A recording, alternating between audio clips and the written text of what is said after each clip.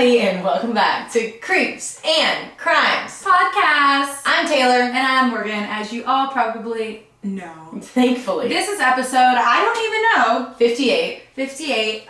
Did we tell them we got harped on by telling... No, we haven't had a recording since then for this. Yeah, so Taylar, go ahead, you tell the story. So my mom calls me and she's like, if you guys say what episode it is one more time, we know. It's in the label of it. I'm like, okay. Well, it helps us when we're finding, if we pre-record, yes. we're finding the episodes, we'll listen, because if we didn't say and we've been like pre-recording so many things, if we don't say what it is right in the beginning, I cannot find it. Like, and plus, like, when I upload it into like our hosting platform, it's like, thanks for uploading audio clip 5, 6, 7, 8, 9, 10, and I'm like, episode 5, 6, 7, 8, 9, 10. Yeah. And Valerie would be so sad if we took it out. Yeah, Valerie would be not okay. So we're not gonna say it. Before we get started with this episode, though, I just wanted to tell you guys about this TikTok that I came across, literally right as we started recording, and it was posted by a user on TikTok, but they went private, so I'm not gonna share that user's name. Well, I'm going to actually, because if you have anything, DM this person. It's Michael and Kristen, and Kristen spelled Kristin, and it basically says that their neighbor had son went out to Celeste Bar on October 30th in Chicago, like River North. I don't know what that is. I've never been to Chicago, and they have not been able to find their son ever since. Like, he went missing. And the last like clip of him is at 11:39 p.m.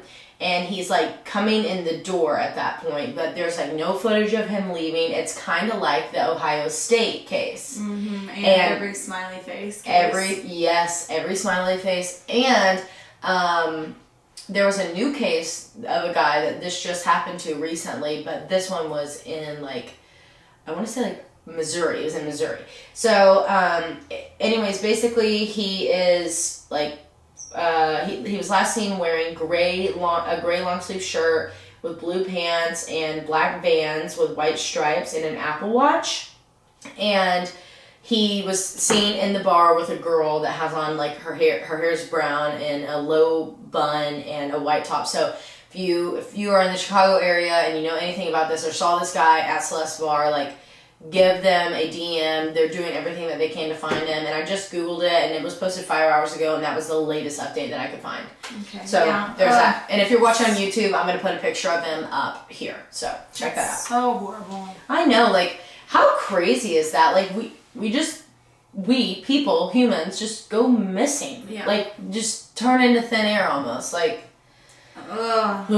freaks me out. Freaks me out too. Anyways, what did you do? Oh, okay. Go ahead. Okay, yeah, we're gonna tell you guys about our little Halloween party. You were on our live. I am so sorry. Apologizing right now. I regret that full-heartedly because I was screaming Adele. Oh, it was a good time. And then Aaron gets up and sings with you on the live. Yeah. And then that's how you know.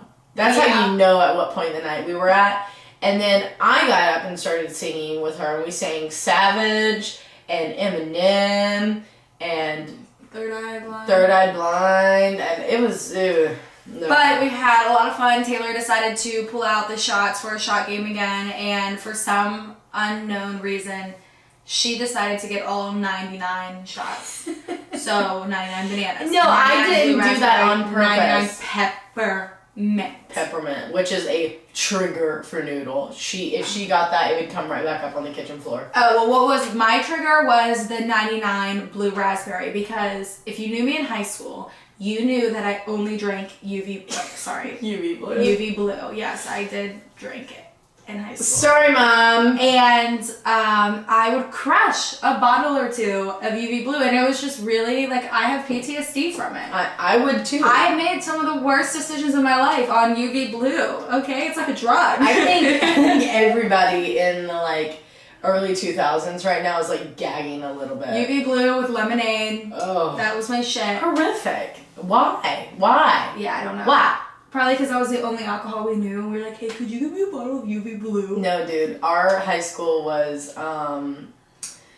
Ritas. Lemon Ritas. Lemon Ritas. Don't even talk to me because that was my can of choice. But if I was going crazy and I wanted a bottle, UV Blue. No, everywhere, every like party we went to, everybody stocked up on strawberries. Oh my gosh, it's making me so gag. bad. That is awful. Anyway, so that was my shot at the Halloween party, was a bottle of UV Blue Raspberry. So bad. Or not UV, 99. Whatever. Yeah. You guys get it. Anyway, it was a lot of fun. Yeah, so. you guys already know what we were in the if you stay for TFUs. If you haven't, just take a glimpse at Instagram. It's there. It's there. It's there. And we had a great time with everybody that came. And if you're on our Patreon, we met some new listeners. Oh, yeah. Which was so cool. We get up to the mic and I'm like, the karaoke mic, I'm setting it up and then I'm like tapping it to see if it works. And then I was like, okay, I'm going to talk into it.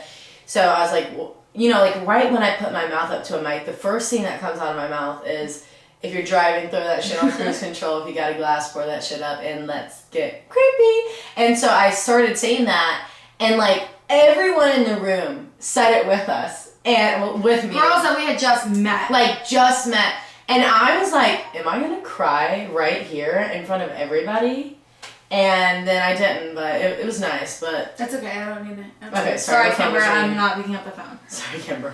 Yeah, no, that was crazy. Yeah. We had a fan club! And then we had, like, 4 new Patreon people today, and I can't get a smile off of my face. Like that people wouldn't pay to listen to us? I can't believe it. Like, I don't know, I just never thought we would be here. But thank you to everybody that joined. Yes. I can't even tell you, like, how much it means to us. Like, I can't even talk about it because I'll cry on here, so I'm not going to say it. And our downloads, again, they're crazy. I can't even talk about those either. But thank you guys. And we got a lot of new ratings, so thank you. I am freaking out. And we're floored. We can run a marathon. That's what she told me, you guys. She said... I was like, we have so many downloads. I don't want to tell you guys because one day I think we should just like announce how many we have. Yeah, one day when we had like a big thing. Whenever we hit 10,000, like it was a huge deal. No, like, we're like. Now we're like being like, what is it called? We're being modest. No, what is that? Yes, we are being modest. So what is that saying? It's like wealth, something about like secret people or like blah blah blah. I don't know. I can't even think about it. It's something that Kim Kardashian. People say about Kim Kardashian. Not like in a good way, okay, but like I like it a lot. I like that saying, but we're gonna do that from now on until we get like so big that I'm like, I have to tell you guys right now. Everyone how many we have. Yeah, so that was it. That's super cool, and that was it. And let's hit them with it. Yeah, if you're not already subscribed to the Patreon though, you guys should definitely check it out. We have a lot of cool content on there. We have files of like conspiracy cases. All of the files. All this shit on there that you guys don't usually get to see, or if you do, you have to like really research it. So. And then we have like day in the life things that are coming, and then like some little secret things that we're going to be adding for our Patreoners. Definitely during the holiday season, you want to join before then. Yeah. Go ahead and hop on there, but. That's all I really have. Oh, I'm going to Washington, D.C. on Friday. Yes. Yeah, so we're going to go hang out with our friends that we made on our honeymoon. And I'm so excited about it. Hit on with it now. If you're driving, throw that shit on cruise control. You got a glass, pour that shit up. And let's get creepy!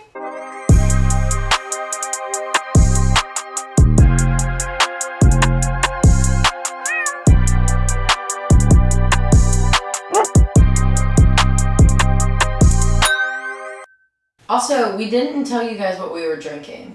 Oh, yeah. You want me to tell them? Yeah. Okay, we're drinking Polar cherry lime. Cranberry lime with vodka, Tito's vodka. And then hers has grenadine in it. That's why it's she needs a little sweeter. Mine just tastes like straight vodka. It tastes like straight vodka, but whatever, I'm riding with it. And then one more thing. For the people who haven't noticed yet, but we have been doing a really good job at keeping our intros, like with the music and everything, under 10 minutes, and we try to limit our talking to 8 minutes, so that way if you wanted to skip through our intro, which don't, but if you wanted to, you could, and know where it was. Yeah, now we're at 10:06, so I better get started. Yeah, hit them with it. We're gonna start.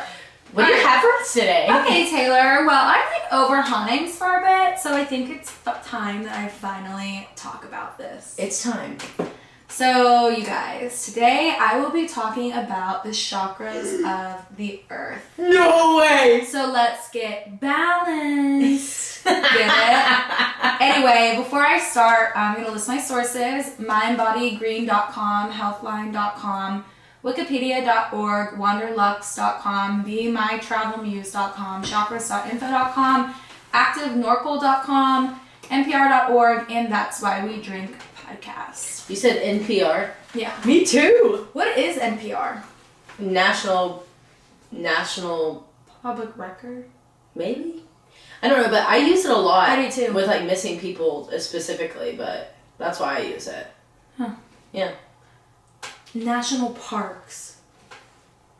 We really said national... What did we just say? National People Report. People record. No, it's a national park website. Mine's not. Maybe it's 2 different ones. Oh, I don't know. National... Is yours has like 3 different colors that's like red? I don't know. Okay, never mind. Alright, keep Anyway, to understand the earth chakras, we need to first understand the chakras of the human body. So I thought that I would take this time to enlighten you all about the importance of the chakras in our own body and in your body that will benefit and help you physically, mentally, and spiritually. Absolutely, let's hear it. So what is a chakra? And I say chakra a lot in this episode. So a chakra is an energy center, and when referring to the body, each chakra is the center of spiritual power.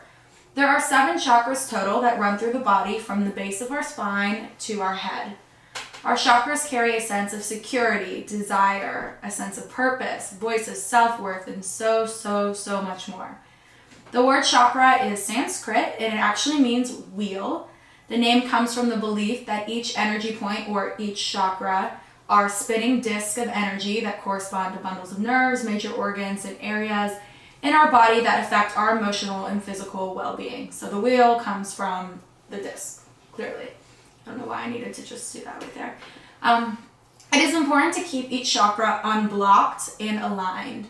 When our chakras are balanced and unblocked, energy can then run through them freely, creating harmony between the physical body, the mind, and the spirit. Do you guys feel like you're in yoga class? I do. I really do. I feel like Susan's here. Each chakra is a different color that reflects the type of vibration or frequency that's radiating through that chakra. So I'm going to go through each chakra, and all of this very easy breakdown of information came from healthline.com, and I wanted to reiterate them and give them credit here because their website is like Chakra Explained for Dummies, like 101. Got it. So our first chakra, first of the 7, is the root chakra. The root chakra is located at the base of the spine in your tailbone area, and it displays a red color, as well as emphasizes physical identity, stability, and grounding. When the chakra is blocked, you may feel insecurities about finances or basic needs and well-being. But when balanced, the root chakra will make you feel grounded and secure, both physically and emotionally. But since it is the root chakra and it is the grounding chakra, if the root chakra is fucked up, everything else is. Right. So the root chakra is like... She's top tier. She is top tier. Next is the sacral chakra. Chakra. On the human body is located just below the belly button and displays an orange color, and it represents sexuality, pleasure, and creativity. The sacral chakra is connected to our feelings of self-worth, specifically around pleasure and sex. All the good things. Yes. The solar plexus chakra comes next. It is located in the upper stomach area, and it displays a yellow color. It represents self-esteem and confidence. The solar plexus chakra is a chakra of our own personal power, and it is solely related to our self-esteem and self-confidence. That's the one that was blocked on me so bad that Susan had to do a full session on me. Yeah. Yeah, which made sense. I believe that. Yeah. I think mine that's blocked is like this next one, maybe. Mine was like overflowing with like not being okay. She was like, bro, your solar plexus is crazy. Your solar plexus. What? Your solar plexus is Your solar plexus is fucked up. It's real fucked up. Anyway, excuse me. The heart chakra is next, and it is located in the center of the chest. It displays a green color, and it means love and compassion. Blockage with this chakra can come across physically with heart problems, asthma, and weight issues. And people that have this blockage will often put others first, which will make them feel lonely, insecure, and isolated. I think you got some heart chakra problems. I think I also have a heart chakra issue. The throat chakra is next, and it is obviously located in the throat. It displays a blue color, and it means communication. A blockage of the throat chakra can come across as physical problems with your teeth, gums, mouth, and as well as dominating conversations, often gossiping, speaking without thinking, and having trouble speaking your mind. I think Logan's throat chakra is blocked. I think my root chakra is blocked. But when the throat chakra is open, you will speak and listen with compassion, and you will feel confident when you speak. I need to get a plumber into Logan's right now. Get a plumber into that throat. Oh my god. The third eye chakra is the sixth chakra, and it is located between the eyes on the forehead, and it displays an indigo color. It represents intuition and imagination. When this chakra is blocked, it can manifest as headaches, hearing or sight problems, as well as having trouble listening to reality. But when the third eye chakra is open and in balance, that person is then able to follow their intuition and see the big picture in their life. And Morgan needs hers to be clear. And mine is blocked, and it's hitting me physically with my headaches every single day. Every single day. Her headaches are still going on. This is now, the 5th episode that we talked about your headaches? Yeah. Screw Twilight. The headaches are in. Twilight's Headaches out. are in. Our final chakra is at the very top of your head, and it is called the crown chakra. It can be violet or white. The crown chakra's meaning is awareness and intelligence, and it is linked to every other chakra. It is considered the chakra of enlightenment and represents our connection to our life's purpose and spirituality. If your crown chakra is blocked, you may be narrow-minded, stubborn, or skeptical. But when the chakra is open, it will assist in keeping all other chakras open and will bring bliss and enlightenment to its person. The crown chakra is a very difficult chakra to have unblocked. Do you know that? Yeah. It's you're very spiritually in tune with yourself to have your crown chakra aligned and balanced and open. I love the crown chakra. I think that's the one that's learning about the crown chakra is what got me into learning about Reiki and all of the chakras. I have all those books out there that I bought on a whim. Yeah. I remember she came home into our apartment from the bookstore, and she literally had 13 books, and we're like, what are those? I'm like, did you buy those for the colors? Yes, I did. I bought them for the colors. I did. Oh, shit.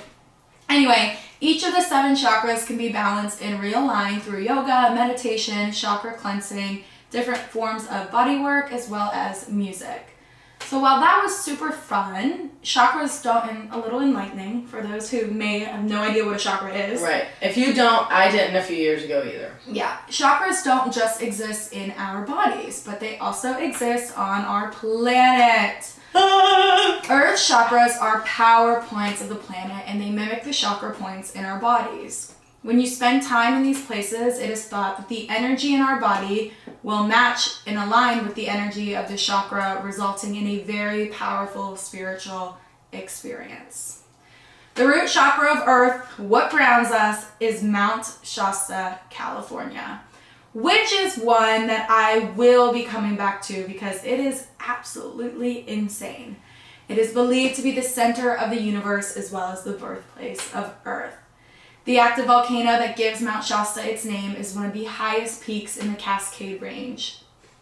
Next, the sacral chakra on Earth is located in Lake Titicaca, Peru. Oh my god, that pronunciation was 10 out of 10, yeah. girl! The lake is home to Isla del Sol, or Island of the Sun, which was a Bolivian island home to the Incas. The Incas considered Lake Titicaca as a sacred lake. You know why I'm pronouncing it right? Because of that Scooby-Doo episode. I knew exactly what you were about to say before you even said it. It just hit me, that's how I know that.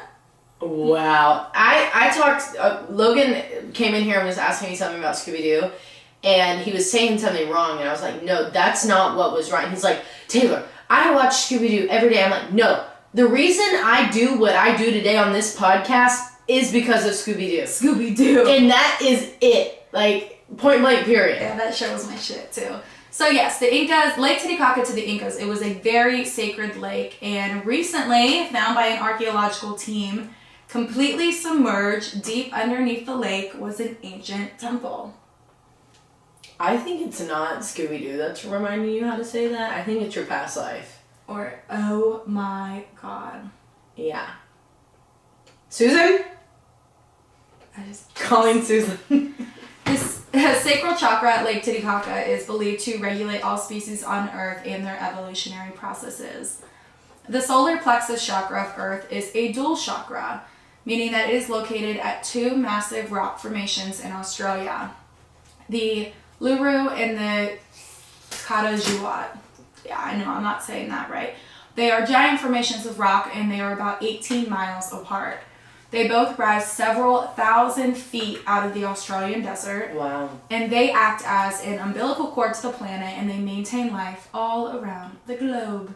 Aww. The heart chakra, is also a dual chakra. So this one is controversial. So I'm going to go with, I'm going to tell you both. But first, people believe that it is located at Shaftesbury and Glastonbury, which are two towns in England, roughly 30 miles apart. Some also will expand this range to include Stonehenge in the chakra. Got it. Which is why I think this is so controversial with what other people think it is. This area is where famous historic figures have been documented meeting, such as King Arthur in the Avalon, as well as a biblical aspect, Joseph of Arimathea after the resurrection of Jesus. There's also an argument that the heart chakra actually lies at Hawaii's, I know you know how to say this. Let me read it. Haleakala volcano. And this is for good reason, because the top of this volcano gives off the same frequency as the beating of a human heart. It's amazing. I'll show you the pictures from when I went to the top of it up here on our YouTube video. Taylar in Hawaii. Yep, me in Hawaii at the top of Mount Haleakala. Era 2016. Yep. No, right? 2017, yep. Yeah. The throat chakra is also a combination of three places: the Great Pyramid of Giza and Jerusalem's Mount of Olives. Jerusalem's Mount of Olives is two locations, Mount Sinai and Mount of Olives. All three on the map, so Mount Sinai and Mount of Olives and the Great Pyramid of Giza form a perfect right triangle. Oh. And because the throat chakra symbolizes voice and communication, people believe that the unrest in the Middle East is a cry from Mother Earth. Earth. Basically Earth's way of calling out for help. Oh wow, that's an interesting one. Isn't that crazy? That's really crazy. Yeah, I had to put that in there. The third eye chakra is the only chakra that is able to shift locations on Earth. And this is due to the rotation of Earth on its axes, and it also coordinates with constellations. So currently it is located in Glastonbury, England, but as we shift into a new age, it is expected to shift to Brazil. Oh wow, I wasn't expecting that. Yeah. The final chakra, the crown chakra, is located in Mount Kailash, Tibet. Mount Kailash, I know I'm saying that wrong, but whatever. We've never been there, sorry. Is located in the Himalayas and sits almost 22,000 feet tall. Oh wow. Mount Kailash serves as a powerful connector to something greater than oneself, both physically and non-physically, and it is sacred. It is so holy that if you were to attempt to climb it, you are considered to the Tibetans, or however you say that, that is a huge offense to the realm of spirituality. Do not climb that mountain. It is sacred. That's crazy. Well, yeah, they know. Yeah. If anybody knows, they know. Right. So I'm going to take it back to the root chakra, because that is what we are really here to talk about. So I should have titled this episode Mount Shasta, basically. Right. But I thought it would be cool to, talk about all and everything. So Mount freaking Shasta. What's up with that? Mount Shasta is believed to have such high energies and connections to the spiritual realm that people come from all over the world for healing and transcendence. It is literally a gathering place for spiritual seekers.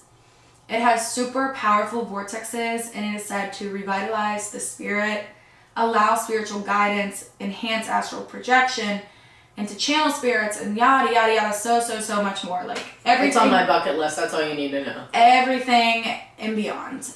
It is believed that Mount Shasta has portals throughout it that allow interdimensional travel to other dimensions, as well as travel to and from places here on Earth, which comes the theory that all chakras are linked to one another because they all have such high energy that there's portals in each and every one where you can literally time hop to. That's crazy. To and from each whatever chakra. Yeah. People claim to have been drawn to Mount Shasta, and when they get there, they're like, "What the fuck am I doing here?" Right. Like that. It's like you're put on autopilot. Yeah. Yeah, I don't know. It's all crazy. I'm going to go through some like really crazy shit. But people also report that the water on Mount Shasta has healing properties, and as well as seeing like mystical beings like fairies near the water sources. I love like it's this. like, to me it sounds like it's just like a fairy tale land. Yeah, it literally. Whenever, guys, I don't know if you guys have picked it up on this yet, but this is the case that I have in multiple episodes been like, you have got to research this. You have got to research this. You have to at least listen to an episode about it, because this is like the case that was like, okay, fine, I'm all about it. I'm in it. I'm like all about it. And so the fact that she's even talking about this right now, I'm freaking out because someone finally understands what I mean about why I want to go here so badly. Yeah, I mean, it's freaking crazy. People have like the craziest experiences of their life. She's gonna get to them, but that's just how crazy this case is. Mount Shasta is also a hot spot for UFO sightings. On Reddit, I came by numerous reports of people citing that they watched as metal crafts touched down on the top of the mountain, like just like shit everywhere. That is crazy. This is believed that its reputation of being so high energy has like exited Earth and like has. Like, its reputation is beyond Earth. Like, other planets know about it, other beings know about it, and they come here because of, they want a taste of the energy kind of thing. Like, it's that crazy. That's crazy. Which is why there are so many sightings there. The aliens are like, yeah, like, we'll come check that out for sure. Like, vacation? Like it's like their hub here on Earth, or maybe? Right. I don't know. Do you need to pee? No, I'm just so excited I can't stop moving around. Doing the leg thing. I was just a little worried. People have also reported cigar-like airships, dancing lights in the sky, orbs, metallic crafts, your basic UFO-looking shit. And and That's Why We Drink podcast, they said that people had been reporting these sightings of like lights in the sky. I didn't find this online, so that's why I'm referencing them here. And this was before electricity was even a thing. So they were like, what the fuck is that? What is that in the sky, and why is there fire in it all over? That is crazy. Yeah, isn't it? But the UFO sightings here are like they're not like your regular UFO sightings. Like, people are like, no, like, we're watching these giant metal discs fly into clouds and disappear, fly into the mountains and disappear. And y'all are all worried about Area 51. No, y'all need to be worried about Mount Shasta. Yeah. But this is a conspiracy within itself. The extraterrestrials that are visiting Mount Shasta are said to be a different type of extraterrestrial called an ultra-terrestrial. So an ultra-terrestrial is an extra-dimensional being that they are more closely tied to the human race than your regular alien-looking, so big they head. Look more like us? Yeah. Oh, wow. Like, maybe they're us from the future or something. Like, they're very, like, not obsessed with us, but, like, intrigued by us, I guess. And unlike regular ETs that's okay. Unlike regular extraterrestrials who travel through space, ultra-extraterrestrials are known to manipulate portals that allow them to travel through these dimensions, which is why Mount Shasta is, like, basically their home. I don't know. But they are known to stay within the Earth. So they're not jumping from, like, Mount Shasta to this planet, like, a billion light years away. They're jumping from Mount Shasta to the pyramids of Egypt. Like, they're jumping out throughout Earth. And this is a disclaimer here. I think that the ultra-terrestrials are what's living in the hollow Earth. If the hollow Earth theory was... Where's that cave in Kentucky? Where's Eve's cave? Tell us. Tell us right now. Mount Shasta also has some weird ass clouds over top of it. Like if you literally just Google search like Mount Shasta cloud, like headliners of like NBC, ABC, like they're like crazy cloud over top of Mount Shasta today, and like look how beautiful it is, and it literally looks like a giant UFO. These clouds are known as what's called the Silver Fleet, which is an interdimensional UFO disguised as clouds that were built by a group of people called the Lemurians, which I will come back to. But I'm going to reference, and that's why we drink podcasts here again, they were saying that basically these clouds, they could be one of two things. They can be covering a giant, like, spacecraft docking system where that's where the UFOs are flying into. It's like almost like a giant garage, they said. Or it could be that these Lemurians have a way to create these clouds using the volcano. Yeah. And so when a UFO comes, they kind of boop it up and engulfs it. And like engulfs is it. Well, engulf is a good word though. Like it masks it as a cloud. Right. And then they just kind of hover there, and then they'll go up and get them, kind of thing. That's dope. So Lemurians, come back to that. Don't forget it. Mount Shasta, because of its secretiveness, there is a conspiracy that there are many top secret military operations going on there, which I don't doubt. I agree. It is also the focal point of something called the I Am movement. The I Am movement was started in the 1930s by a man named Guy Ballard. This movement believes in the existence of a group called the Ascended Masters, and then referenced as the Brotherhood. The Ascended Masters are believed to be humans who have lived in a succession of reincarnations in physical bodies or cosmic beings. Over time, those who have passed through the various embodiments, so after being reincarnated, become highly advanced souls, and only then are they able to move beyond the cycle of reincarnation and attain their ascension, which basically means that they will then become immortal. Oh. Apparently, Jesus was believed to be one of the Ascended Masters, making the I Am community a Christian religion back in the 1930s, recently noted as a cult now. It sounds culty, and you're comparing yourself to Jesus? Yeah, it is a cult. Like, they're basically saying, like, if you want to become Jesus and ascend and become immortal, then you need to join the I Am movement. Okay. So where did it come from? The leader and originator of this movement, Guy Ballard, was hiking on Mount Shasta one day when he encountered a man who introduced himself. I say man, but it could very well be an entity or an apparition. This man introduced himself as Count of Saint Germain, and Count of Saint Germain died in like the 1900s or something. Oh, wow. And he is the one who led Guy Ballard on his path to start the I Am movement. If you ever visit Mount Shasta, though, Count of Saint Germain is not the only person that you will encounter. It is said to be the home to many cryptids and legends and yada yada yada. There are lots and lots of Bigfoot sightings, but the Bigfoot that live on Mount Shasta aren't your regular Bigfoot. And that's why we drink, because I did not see this anywhere, so I'm going to keep referencing them. They said that this person that reported a Bigfoot sighting said that it basically was walking and then just like went invisible. Okay. And that's not the only like cryptid that does that. They also believe lizard people live there. Giants called Shupchets, who are said to live in tunnels that were created by lava from the volcano. There are creatures called Octavians, who use sound waves to manipulate reality. And there's also a group of little people. They are said to guard the mountain, but they can also vanish and teleport all at will. So like if a human saw as a little person, they're going to be gone. Oh. So I don't necessarily think this Bigfoot breed is going invisible, like they have invisibility powers by any means. I think they can just teleport on command. I was going to say, like the portals that you talked about in national parks. Yeah. Okay. Like they're just like portaling everywhere. Yeah, got it. Anyway. But what lies on, around, and above the mountain does not even begin to be as whack as what lies within the mountain of Mount Shasta. And that is the civilization of the lost continent Lemuria. What?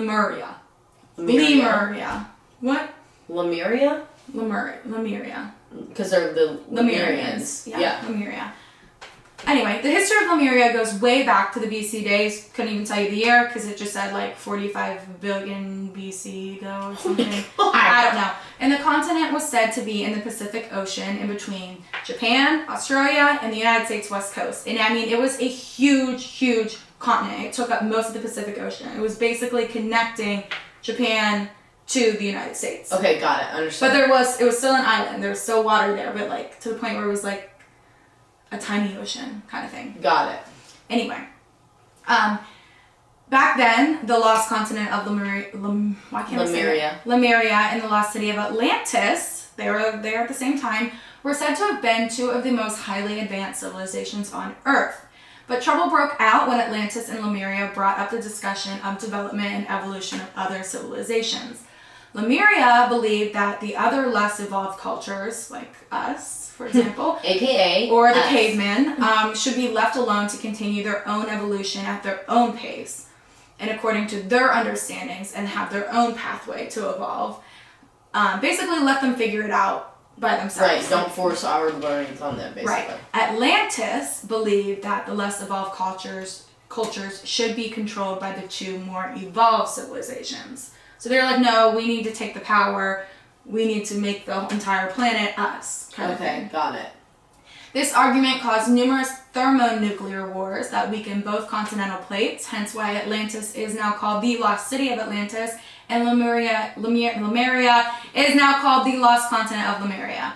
But when the war was over, there were no winners, only death and destruction. So, the Lemurians decided to build a separate society, and it is believed to be inside Mount Shasta, where they would be safe from any disruptions on the surface of the earth. The city in Mount Shasta is known as Telos and was designed and built to house 200,000 Lemurians. Why can't I say it? I'm so sorry, guys. Lemurians, got it. But today, it is believed that over 1.5 million Lemurians live inside Mount Shasta. Oh my god. The Lemurians were a highly, highly evolved spiritual race, so they are able to be contacted by those who practice spirituality. And they also use crystals as a tool of communication. Their physical appearance, though, it's often debated. Some believe they look like highly evolved humans, while others believe that they have more animalistic qualities, which could be what we were seeing as Bigfoot, I guess. What those people are reporting as Bigfoot. But what people are in agreement is that they are much, much taller than your average human on the surface. And it is also believed that the Count of Saint Germain, who told Guy Ballard about the path to basically becoming immortal and launch the I Am movement, was a Lemurian or an apparition that the Lemurians created. Because it is believed that the Lemurians are attempting to assist us currently in becoming more advanced the right way. So basically more advanced spiritually, not technologically. Right. And they're currently on a search for the right human being to make this happen. Wow. Maybe it's you. Maybe it's me. Maybe you will fix all the problems. Maybe it's the you. World. Maybe it's you. Maybe it's creeps and crimers. So is there any proof to this? In 1904, a British prospector named J.C. Brown claimed to have found an underground city in Mount Shasta that was 11 miles deep in the mountain. Oh my god. It was filled with gold, shields, and mummies that were close to 10 feet tall. When he told his story, 30 years later, a group of 80 people teamed with him to explore the mountain. And on the day that they were set out to explore, J.C. Brown never showed up, and he was never heard from again. He was killed. Yeah. Lemurians got him. Yeah. So to this day, there is no proof of anything, just sightings and old stories, but it draws huge crowds to Mount Shasta. People in search for the city of Telos, in search for a Lemurian, looking to ascend, looking for Bigfoot, or a chance to have a UFO sighting for themselves, or to talk to their past life, or not their past life, but their spirit a spirit guide, yeah. Or maybe even to find a portal to hop on over to the pyramids of Egypt. But what we do know is that Mount Shasta definitely has some shit going on over there. Come on. Yeah. And that is my segment for today. I loved it. Yes. I really did love it. Yeah. So, if we might be doing a part 2, Morgan might be doing a part 2 on our Patreon. Yes, possibly. And if not, I'm going to take this out, so... Yeah, if not, you're not going to hear this anyway. Yeah, so she might. We'll keep you posted in our show notes. Yeah. Check our show notes if... Actually, if you're hearing this, it's happening. Yeah. And join Patreon if you want to learn more, because there's so much more to talk about with Mount Shasta. But. Yeah, there's a ton more, so check that out. Okay, ad time. All right, ad time. Looking to start your spiritual journey or connect with a loved one that has passed? Psychic medium Susan Edwards with Angel Wings and Healing Things has the ability to kickstart your spiritual awakening. Susan has 30 years of experience and is a certified angelic medium with a passion for speaking to deceased loved ones while leading you on your spiritual journey. Being a holy fire karuna Reiki master and working with sound therapy, Susan has the ability to teach you all of the skills you need to protect, release, and grow your energy. I personally have been seeing Susan since December of 2019. Throughout our time working together, she has brought me peace with my loved ones, helped me connect to my guides, and cleansed myself and my home many of times. Want to connect with your past life? Susan is a certified consulting hypnotist that has the ability to do just that. Susan is located in Knoxville, Tennessee, and offers in-person or over-the-phone readings. Because of the amazing lessons, readings, and healings that we have gotten, Taylar and I have decided to partner with Susan to bring you the same level of peace that she has delivered to us. To receive 10% off of your first reading with Susan, message Angel Wings and Healing Things on Facebook or text 704-562-3476 to set up your appointment, telling her that we sent you. You might need it after listening to us. That is 10% off your first reading. Message Angel Wings and Healing Things on Facebook or text 704-562-3476. And tell her we sent you. East Tennessee people, listen up. Do you have an engagement, graduation, or wedding coming up? Or do you just want to spice up your social media? Look no further, because we have the photographer for you. Bess Pics is a Knoxville-based photographer that is down to travel, hype you up, and show off your smile. Lexi is the photographer that brought us our season 2 photos and new logo. So we know she's amazing. Feel good about the money you spend on a photographer by choosing Bess Pics. She is a voice for those who are not heard and works hard to give her clients the best sessions possible. With her confidence-boosting morale and kind heart, you won't just get a session, but a friend for life. You can find Lexi on Instagram and Facebook at Bess Pics or her website, besspics.com. To book your session today, email alexandra.bess.king@gmail.com. You won't regret it. LITB, sister! Did you miss our lash ads? Well, guess what? We are back with even more. Afterlife Lash Extensions is a Knoxville-based lash studio that offers everything from classics to super volume. Not in Knoxville? Or would you rather have falsies? Afterlife Lashes has it all with their own strip lashes for sale on Instagram at Afterlife Lashes. All of their products are faux mink, silk material that is vegan, cruelty-free, and is sent to you in a reusable coffin packaging that is so cute and so on brand. With 3 years experience and a 3-time certified lash artist, Afterlife Lashes is here to give you the best experience possible. Take a nap on their ultra soft lash beds with great music and even better vibes. Use our code CREEPSANDCRIMES to get 40% off your entire order of falsies on afterlifelashes.com. To book an extension appointment, DM Afterlife Extensions on Instagram and mention Creeps and Crimes Podcast to receive 40% off any service offered. Happy lashing! Okay. All right. All right, Taylar, what do you have for us today? All right, guys. So the case I have for you today is the case of Rosemary Christensen. My sources are disappearedblog.com, Disappeared the Show, Buried in the Backyard TV show, Tampa Bay Times, Herald Sun, NBC News, Reading.com, Life Daily, and Crime Junkie Podcast, and a few more that I'm probably going to mention throughout. And because I kind of like fell off the train of like adding my sources, but that was at the very end.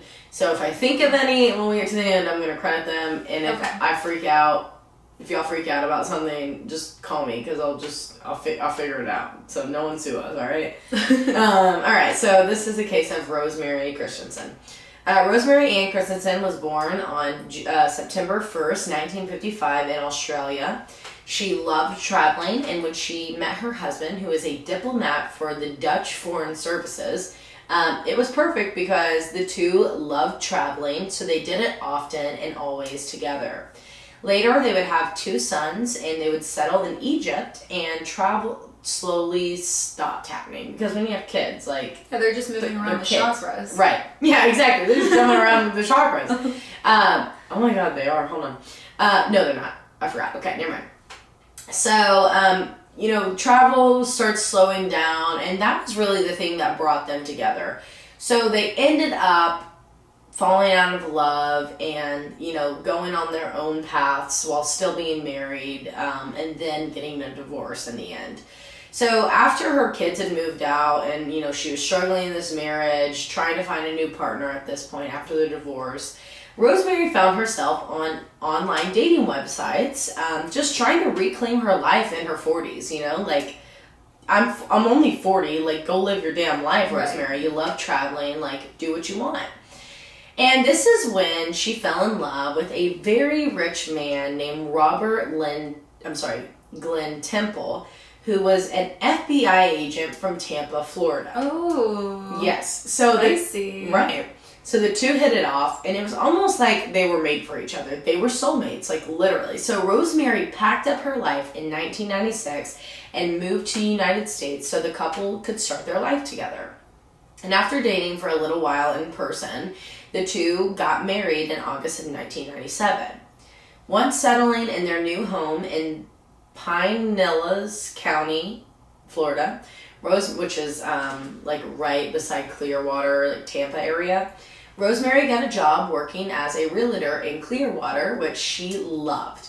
On Saturday, August 28th, 1999, Rosemary's real estate firm had a huge company outing.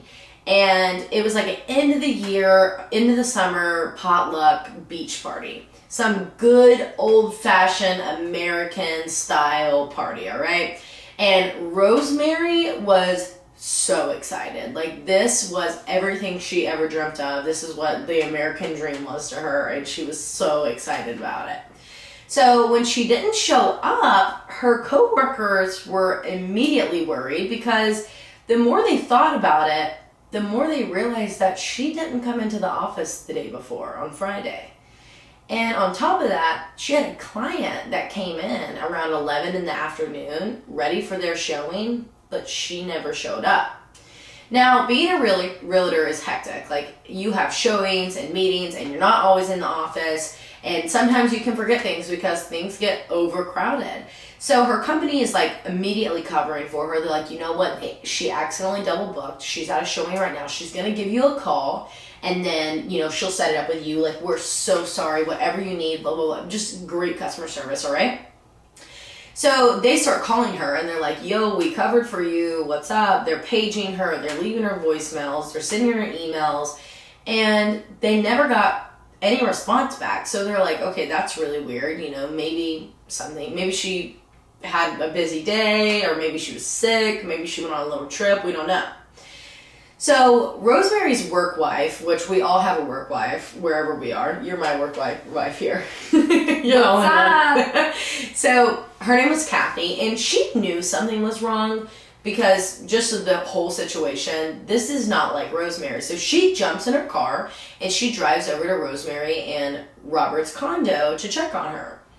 And after seeing her car and Robert's motorcycle in the driveway, she felt a lot better. Kathy's like, you know what, maybe she just was sick and forgot, and maybe forgot to cancel that one client. Who knows? But after knocking on the door and trying to look through the windows for 15 minutes, Kathy had a sinking feeling in her stomach because she knew in her heart of hearts that Rosemary was in danger. You see, the love story that is Robert and Rosemary isn't all that accurate. Yes, she had fallen hard for this man and moved countries for him, but Robert wasn't the fairy tale that she was expecting. Robert had began beating Rosemary pretty badly, and on one instance, she had been given stitches on her face for how badly he had beaten her. And when I say beating, I mean straight up abuse, okay? So, when she would get a new bruise, she would do everything in her power to like move around clients, not come in the office so no one would see her. So Kathy realized that Rosemary wasn't just hiding out at home. She was like, no, something's not right, because typically if she's got a bruise or something's going on, she's hiding out here. She's not going anywhere. Yeah. So red flags everywhere, all right? So once Kathy realizes all of this, she picks up her phone and she calls her brother-in-law, who was a detective, to figure out the course of action that she needed to take, and that was filing a missing persons report, which she did. So once it was filed, a local deputy was dispatched to do a welfare check on Robert and Rosemary's home. And the deputy and his partner just like sweep through the house, and everything was fine. It was very clean. It smelled like someone had just cleaned it, you know, like when you're about to leave on a trip type of clean. And they were like, you know, it's clean, it's nice. But then they go look in the closets, and a ton of clothes were missing. And they're like, that's weird. So that's suspicious. Exactly. So they get like a little sigh of relief though at the same time, because they're like, you know what, maybe it's not weird. Maybe they just went, they're big travel people. Maybe they just went on like a little trip and forgot to, you know, tell anybody. But the more they continued looking around, they find a note from Robert written to Rosemary.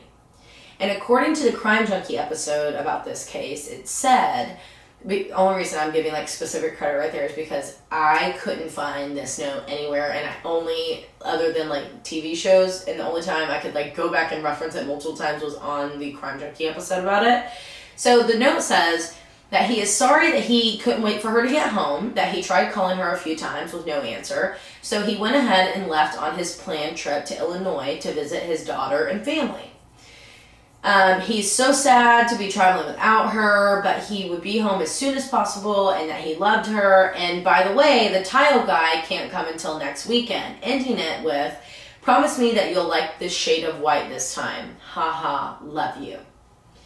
At this point, you know, the squeaky clean home, the ominous letter, and no sign of Rosemary, investigators and friends are like pretty alarmed, okay? Kathy, who, if you can't tell by now, don't motherfucking play with nobody. She's already got the deputy there in 5 minutes. Calls Robert's family in Illinois and was like, hey, I was just wondering if Rosemary's there. When a woman, which I believe, I couldn't find, like, only one source said this, but it said it was Robert's cousin. She answers, and she tells Kathy that Robert was out of the house and wouldn't be home until that evening. And Kathy explains the situation, like, we can't find Rosemary, we reported her missing, like, we just need to know if she's there or if Robert knows where she could be. And the woman says, quote, did you check the trunk of her car? Kathy's like, excuse me? And the woman's like, you know they've been having problems, and if I know Robert, I wouldn't be surprised. Oh my God. So I've told you all about Rosemary's life up to this point, but let's dig into Robert's past and why his family wouldn't be surprised if she wound up in the trunk of her car. First off, Robert was not a rich man, and he was definitely not an FBI agent. He later says in an interview that the reason he lied to her in the first place was because she told him about her life of traveling and being married to a diplomat, and like all living in Egypt, being from Australia, moving around the chakras. Yeah, exactly. And he was like, I thought she was lying on her profile. So then I lied, and when I met her, we like were up. I was up front about everything, and her life was real and mine wasn't. But you know, we just worked through it. And hindsight's 20/20, but I'm just like, no. Like, if you're lying about this already, like, no. All right. So, I'm sure on his profile it said nothing about his dark past. Oh, shit. Like the fact that he had served 5 years in a California prison in 1974 after pleading guilty to involuntary manslaughter of his girlfriend's 18-month-old baby. I'm sorry, what? Yeah, I like spit out my drink when I read that. And 6 months before Rosemary and Robert began chatting, he had been charged with domestic battery against his ex-wife who lived in Illinois where his daughter was. Though she may have never been told about his past, she definitely knew that he was dangerous even before they got married, specifically the month before. On July 13th, 1997, the police were called to a domestic violence report when Robert beat Rosemary so badly that both of her eyes had been completely swollen and it cut so deep in her face that she needed multiple stitches. Holy shit. However, she never pressed charges because it was just a one-time thing out of rage. It was just a very bad fight. And he swore he'd never do it again. Girls, he's going to do it again. Yeah, it's never a one-time thing. It's never a one-time thing. If a man or a woman puts hands on you, they're going to do it again, all right? So after learning about Robert's dark past, the sheriff's office calls him, and they're like, hey, we need to know what was going on before you left. And you need to get your ass back here. Yeah, you need to come back right now. So, they're just they're being cool with them. They're not trying to scare him into running off. So, like... And also, why isn't he back ASAP? Like, Exactly. And this is what he says. Well, I'm going to come home, but basically, Thursday night, she had gone out with a friend and never came home or answered any of my calls or pages, so I just left the note and went on a scheduled trip. And police, like I said, are like, get your ass home right now. And so he returns, but he doesn't come back alone. In fact, he comes back with his girlfriend. Oh, fuck. Leslie. I knew that was coming. Leslie Stewart, who had gone on the trip with him to visit his daughter and family in Illinois. Immediately, everyone is shook. But Robert is, like, so nonchalant. Like, literally bringing this girl to the police station. Hi, detective. This is my girlfriend, Taylar. Exactly.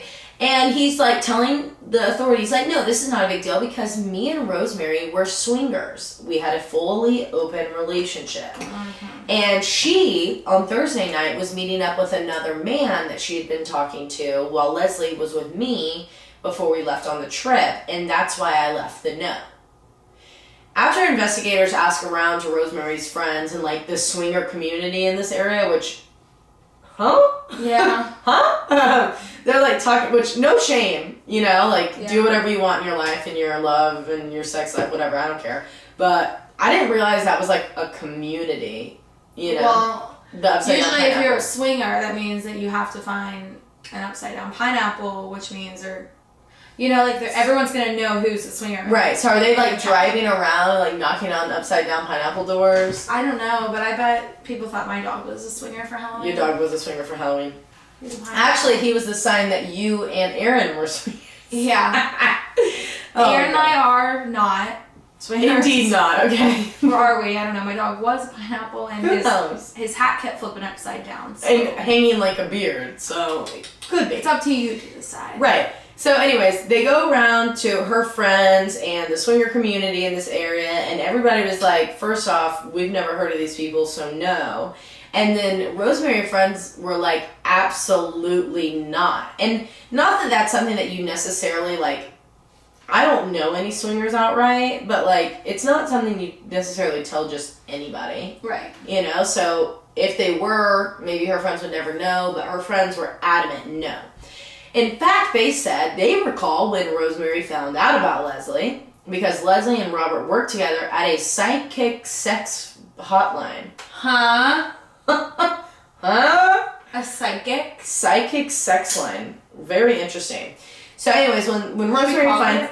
No. When was this? 1999. Yeah. I doubt it's still I bet we open. can still find it. I bet we can find it on Reddit. So when Rosemary finds out about this, she goes to their office and is like, where's Leslie at? And tries to confront her, but Leslie saw her coming in and hid under her desk. Yeah. Little bitch. Yeah. So bitch. Heard you bitches were looking for me. Bitch, here I go. Okay, sorry. So investigators go through Rosemary's computer and find that she had been talking online to a man from South Carolina. However, it was just like friendly chatting. It wasn't like...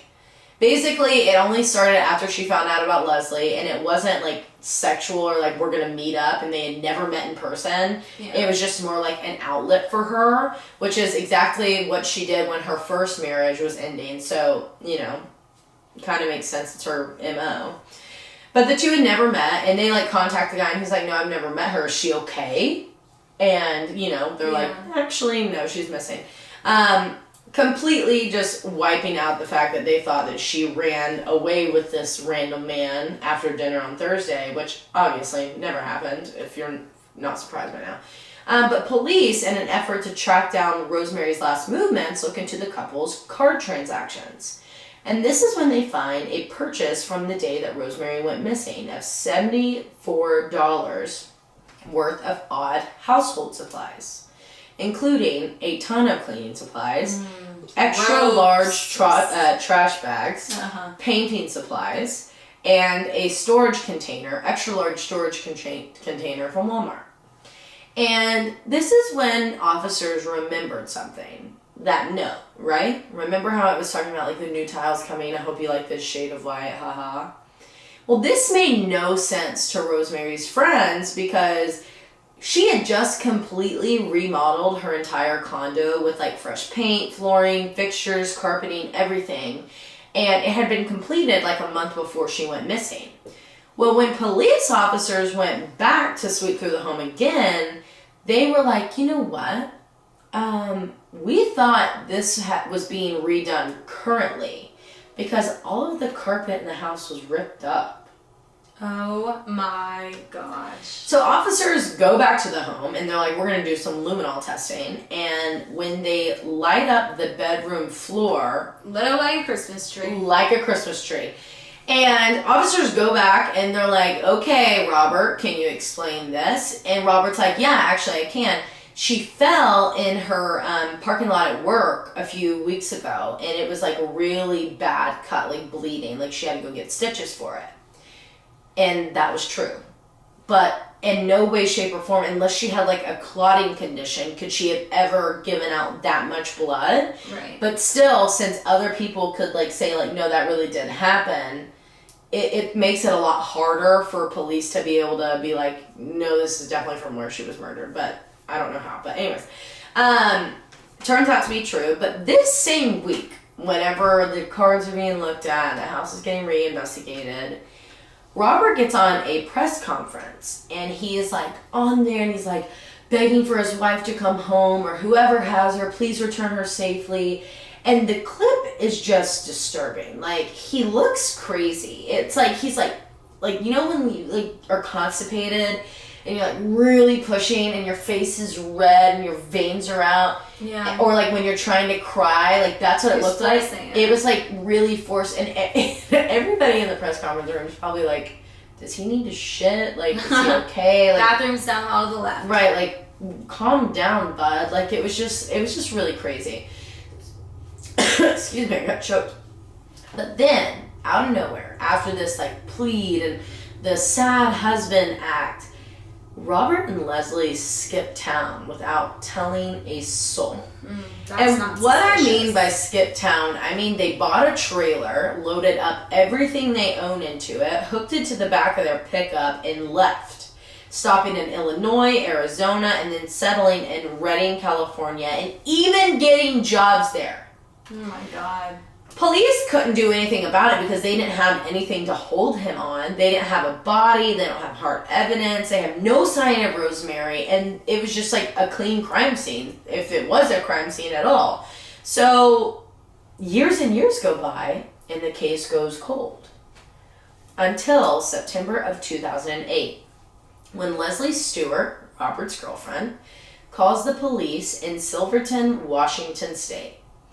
And she tells them that she's at a family reunion, and Robert called her saying that if she doesn't return home right then, he would kill their daughter with a knife and then kill himself. My God. I mean, did she really think that this guy was innocent, that he will just go, like, he won't do it to me? But the reason she calls the police is because she knew he was not fucking kidding. Like, he was that crazy. He literally killed an 18-month-old, has domestic charges on him, and probably killed his ex-wife. Like, yeah. So she after calling the police to warn them, calls a lawyer down in Florida and says, listen, I know everything that happened to Rosemary, and I'm ready to tell you the truth, but you have got to, right now, go arrest Robert and get my daughter to safety, or I'm not saying anything. So Leslie tells the authorities that in the 9 years that she has been in hiding with Robert, she has not been allowed to leave his side to go anywhere without him threatening her entire life and her daughter. He repeatedly abused her even when she was pregnant with their daughter, and she had to run away that night to go to Washington for this family reunion. She had to leave her daughter behind because that was the only way that she would be able to get help. And Leslie tells the lawyer that she will testify against him, but they have to go get her right now. She even says, I will take you to where Rosemary is. Oh, fuck. So on September 5th, 2008, Robert was arrested on suspicions of making terrorist threats and assault with a deadly weapon. And Leslie, filled with the relief knowing her daughter is finally safe and that they were free, told the investigators the full story. On Friday, August 27th, 1999, the day that Rosemary didn't come to work and missed her 11 o'clock showing, Robert called Leslie and asked her to come to his house, which was very odd because they never went to their house because this was an affair.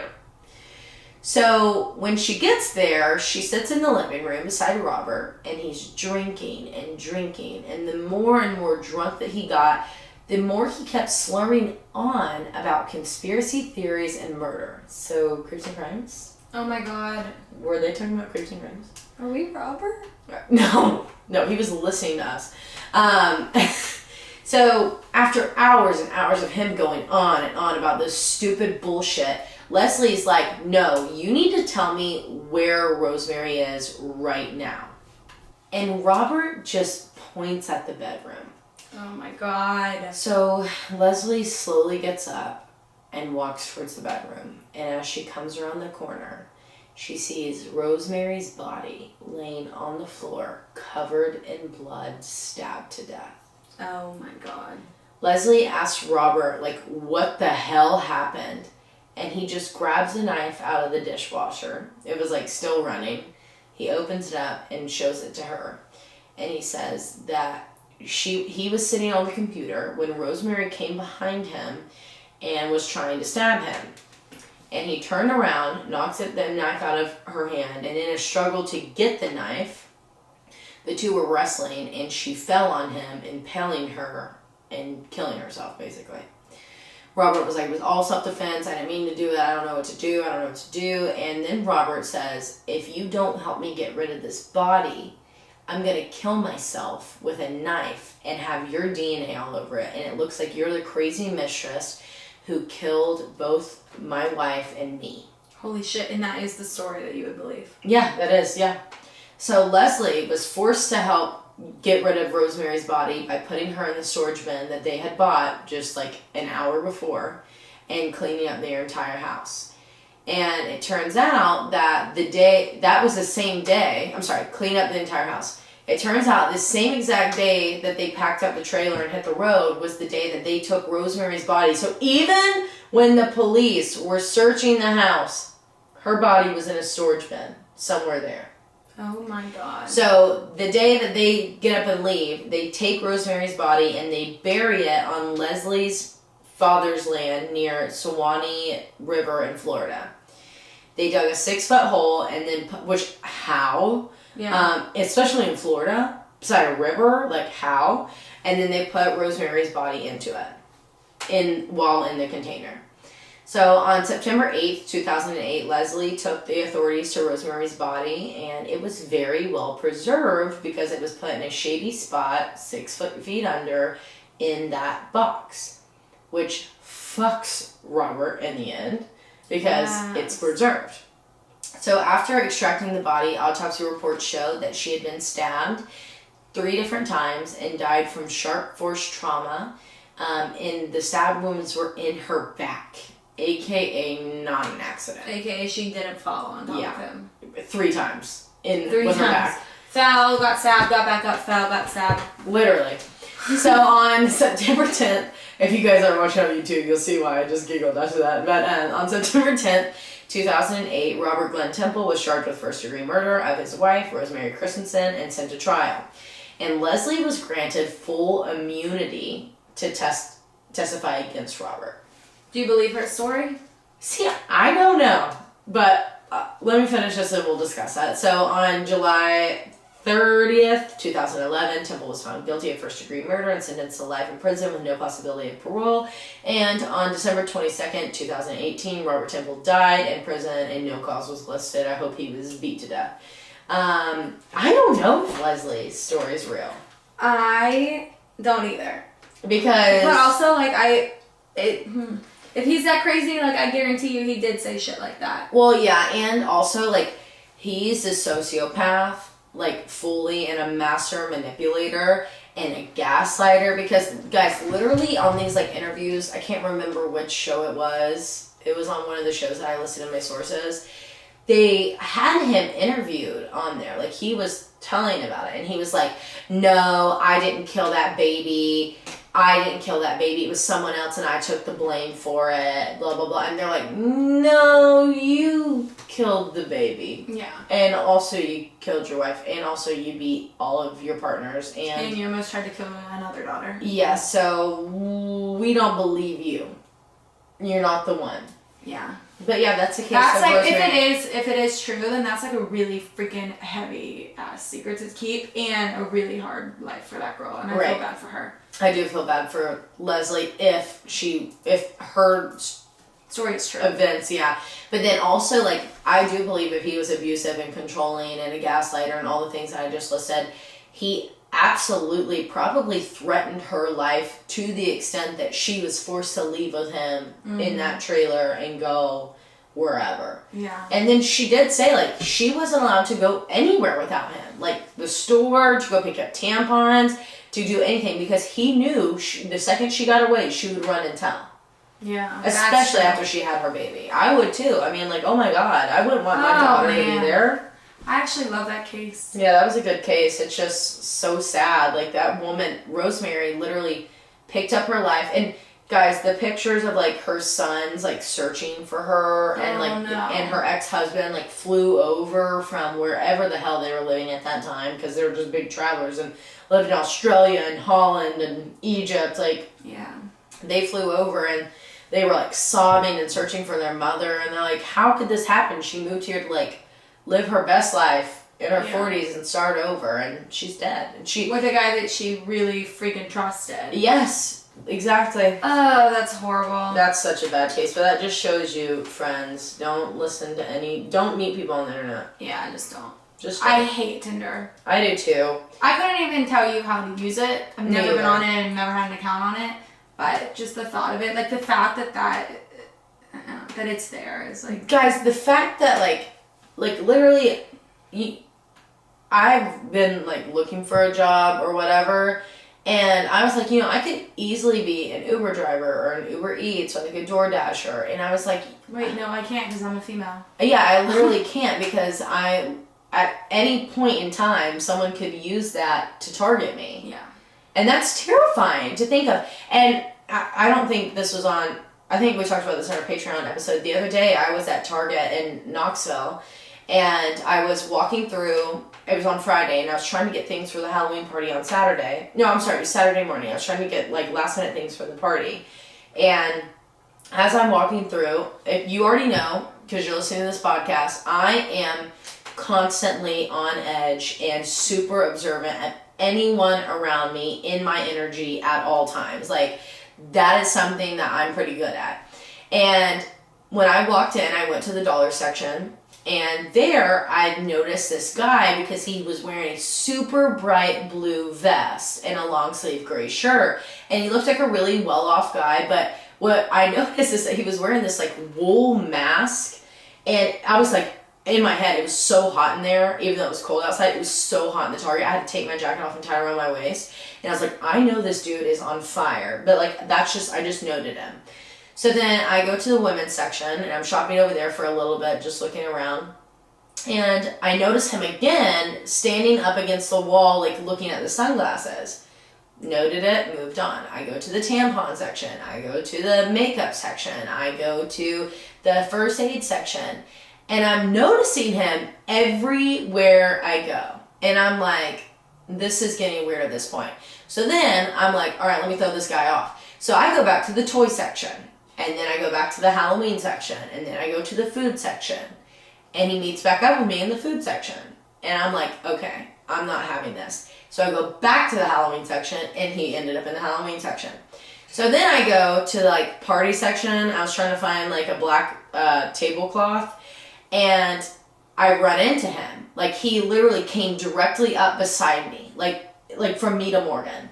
So I look at him and I said, man, we've been on every aisle together. And he looks at me and says, I guess the universe would just have it that way. And I was like, no. So gross. I turned back to him and I said, that or you're following me. And he's like, no, and walks off and never saw the fucker again. Yeah. I looked all over. I was like, nope. I looked around me when I was checking out. I think he left the store. I tried to find him too because I was going to tell a sales associate about him because I was not having it. So then I called Morgan, and Morgan had a similar story. Yeah. Oh, you want me to tell it? Yeah, tell your story. I was at Kroger on Kingston Pike, I don't know, 2 weeks ago. She was calling me. I was like, yeah, dude. One, I see it all the time on Facebook. And Knoxville, it is horrible. If you are in Knoxville, so you've got to keep your eyes out. And I was going down. I walked in, and there was these two guys. They didn't have a cart or anything. I'm not going to say that. Like, it doesn't matter. Any of that. And they didn't have a cart or anything. And I walked in, got my fruits and vegetables. And I actually remember when I was in the fruits and vegetables that they were like, just like standing there. And I was like, what the fuck? Right. So anyway, I'm going around, and then it's like maybe 10 or 15 minutes later, and I'm walking down the freezer aisle, and I walk down, and I turn, and I start going up the next freezer aisle, and they're at the end of the second freezer aisle, just standing there. Still no cart, still no groceries, hands in their pockets, just like looking at me, just talking. So I like back up, and I go down the, whatever it is, like the hair shampoo, whatever. Right. And I call Aaron, and I'm like, dude, these fucking guys are following me in Kroger. There was a couple more occurrences. I said, they don't have a cart or anything. They're literally just standing here. I've been in the grocery store for 25 minutes, and they still don't have a single grocery in their hand. Right, and they're on every aisle you're on. And he was like, well, say something to him. That's how Aaron is. So I walked, and there was an older man who had a cart, who was like looking in the freezer section. And I just said very loudly on the phone, I was like, well, I don't know what to do. It just looks like they're fucking following me. And the guy, like, you could tell, he, like, perked his head up and looked at me, and he looked at them, and then they just, like, skirted off. I didn't see him again. So fucking weird. Yeah. Stop following women. Yeah. Stop following people. Stop following men. Stop following humans. Like, what the hell is wrong with you? Like... Yeah. Let people do their shit. Like, I'm just trying to go to Target and grab shit. Like, yeah. And you know what the worst part about all of this is I kept thinking to myself, am I wearing something that's like too tight? Am I wearing something that like is making people want to look at me? What the fuck does it matter what I'm wearing? What does it matter? Yeah. It pisses me off. People are just fucked up.